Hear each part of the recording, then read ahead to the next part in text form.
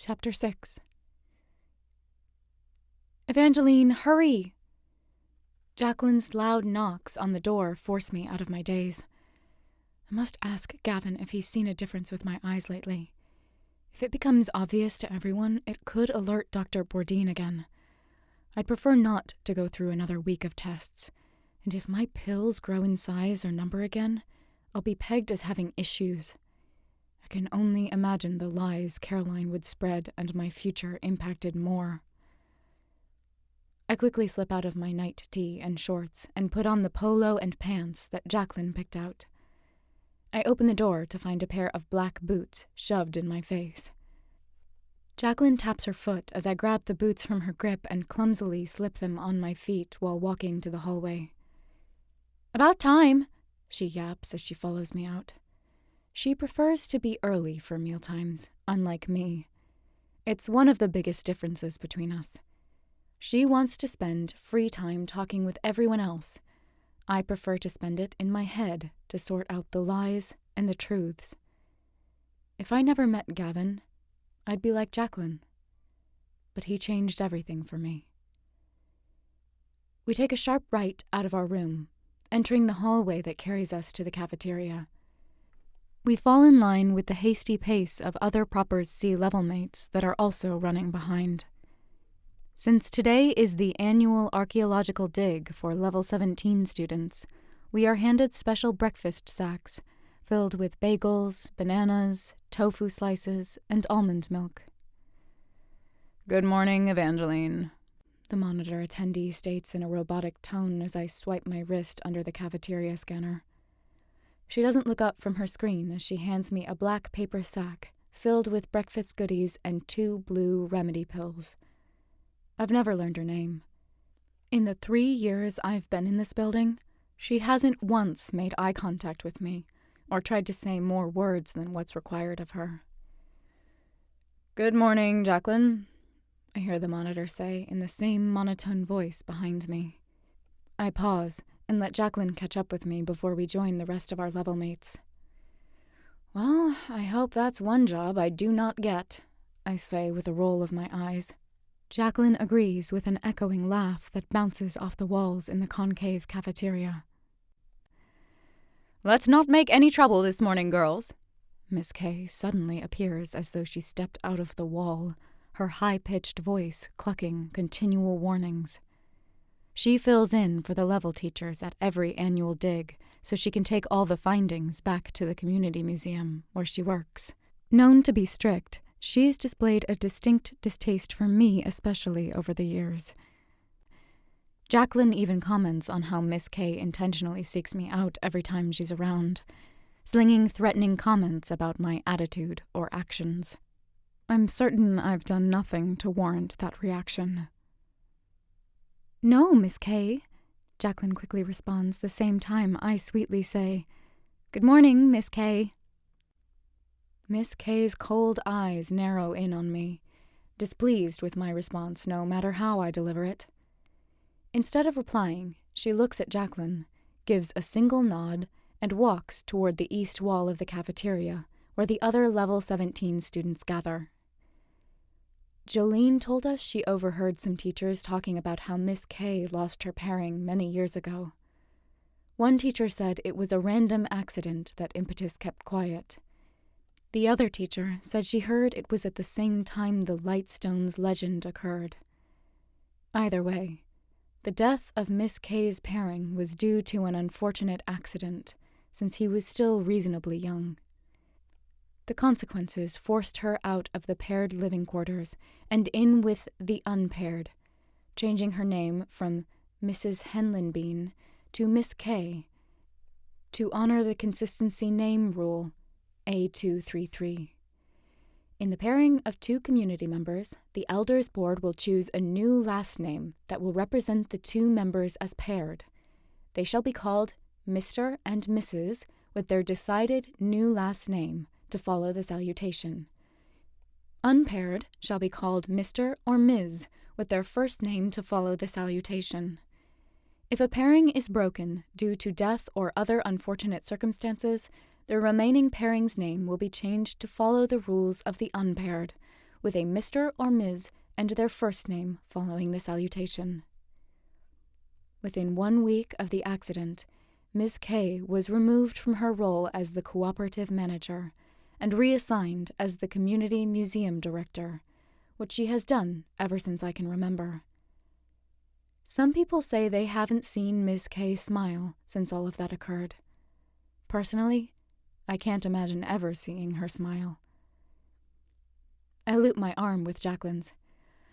I suppose we have to be good today, I wink as she stifles another laugh. We join our level mates in line and lean against the concrete wall while munching on our special breakfast. We watch Miss K march through the cafeteria, hushing smaller groups as they chat and directing them to the line of level 17 students. Once the 20 of us are rounded up, Miss K claps loudly to get our attention and leads us out the cafeteria side door. Immediately, the buzzing of the cafeteria is replaced by the quiet stillness of midday impetus through a whoosh as we cross the threshold. Once outside, we hike the incline that leads to the maintenance building on Road C, the path that has my footprints memorized from all my early morning walks. Jacqueline and I wave at Mr. Frank as he waters the plants that line the edges. His gray hair has thinned out in his mounting age, but he still has a smile that lights up Impetus. Several times throughout the years, he has caught Jacqueline and I testing the waters with the community rules, but he would just chuckle and turn his back, whereas other adults would have made sure we were adequately punished.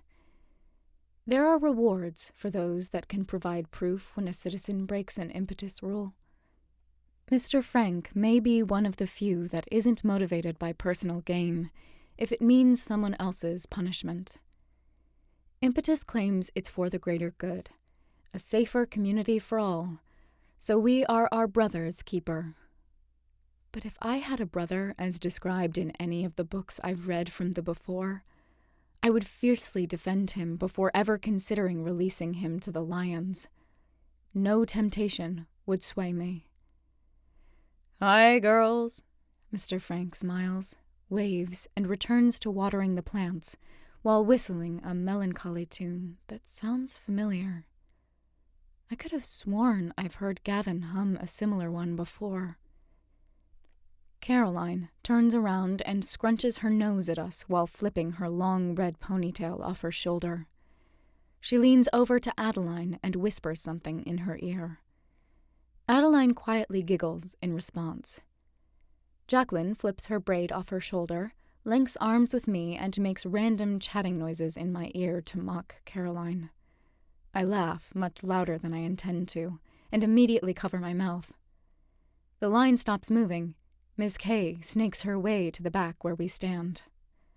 With eyes averted to the ground, I stare at the shadow of her ragged hair as she stands in front of me, and I have to bite my lip from laughing again. She clears her throat. "If there's something funny, girls, don't hold back from sharing it with the rest of us." The four of us shake our heads in unison. Today is not the day to miss out on. "I presume I will not hear another peep from any of you for the rest of the day unless you're called on to speak." We all nod our heads. Miss K swiftly turns on her heel. The line continues to move, and our commute resumes. We walk in silence until we get to one of 3 digging grounds in Impetus. This one is the largest and gets less light than any of the other locations at this time of day. The last time my class was here for a dig was during level 13. The darkness makes it difficult to see the details of our findings, so it's not the preferred choice unless the sun is exceptionally bright. Ms. K usually employs a flashlight each time someone presents their artifact. It's why it's my favorite. I appreciate the discreetness of the environment if I find something I'd rather hold on to than hand over to Miss K. Apparently, the community from the before that once stood in place of Impetus had several warehouses with underground layers located where the digging grounds now are. To salvage as many items as they could during the wars, Thousands of random objects were thrown in the warehouses for protection. During the final days of destruction, all the buildings burned down, but with so many underground levels, many of the stored items weren't ruined. Each level is allowed one dig a year, in place of asking all the questions Impetus forbids. If a question slips out of a student's mouth, they are banned from taking part in the dig.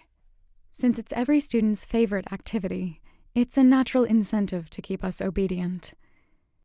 We all want to be the first ones to see something that no one else in our time has seen. It deems us smarter than those who haven't yet seen it, heard about it, or have any clue it once existed. Ms. K then collects the most interesting items we find and will display them in the community museum.